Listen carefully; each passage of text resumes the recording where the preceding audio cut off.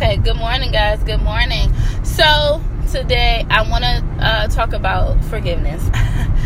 So the Lord had been placing on my heart this morning because I wrote a blog last night about forgiveness, and I pretty much always talk about forgiveness, but a blog lesson about forgiveness, and the Lord brought back to my spirit this morning about in the summertime when He had me apologizing to all these people, and I'm like, dude, like, it looks like I'm the only one that has to apologize. Why am I the only one that has to apologize? And I kept making it about me, and I never once thought, like, yo, what if I really hurt this person? What if I did offend them? What if I did, break their heart or cause them to have some kind of complex or some kind of hurt?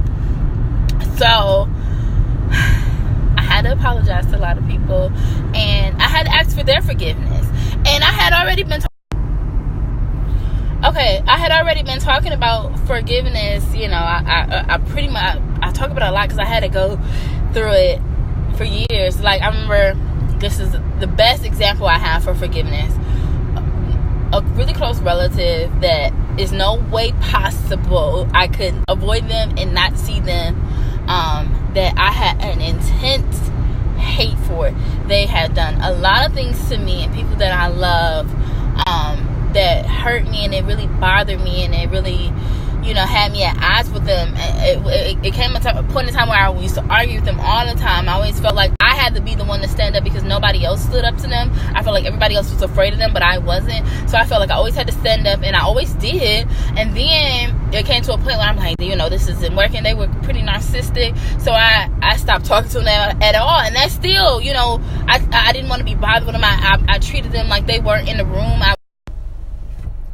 I was very hurt and bothered, by them. I was like, I took the hurt and the pain of everybody I ever saw or heard about them hurting. I took on that pain, and it fueled me in my anger, and it made me feel justified in the anger and the hate that I have for that person. Not thinking about, okay, maybe they don't know how to love. Maybe they don't know how to apologize. Maybe they don't know how to talk to people the right way. Maybe they're hurting so much inside that they don't even really see the hurt that they're causing somebody else, because all they know is hurt. All they know is pain. And all they know is to be abandoned and to be dismissed and to be hated and to be disliked. And that's the only way they know how to get attention. And it can be true for a grown adult. It does not have to be a child who acts out like this. It doesn't have to be a teenager or a young person. It can be an older person and just never learned how to love, never learned how to forgive, never learned how to be normal and not live in dysfunction. So as I started growing up, I started to realize how bothered I was by this person, and I'm like, yeah, I gotta forgive them. I gotta really let this go. And it was really hard, and it seemed like as I started to forgive them, it got harder. It's like they bothered me even more. It really is like they bothered me even more. And I'm like, dang it, I thought I want to forgive them. I don't want to feel these ways about them. I don't want to have negative feelings about anybody. I don't want to go in a room and pretend like somebody isn't there and they are. You know what I mean? I just wanted to be at peace. So, years and years and years, I think it was like 7 years. It's been 7 years, I think.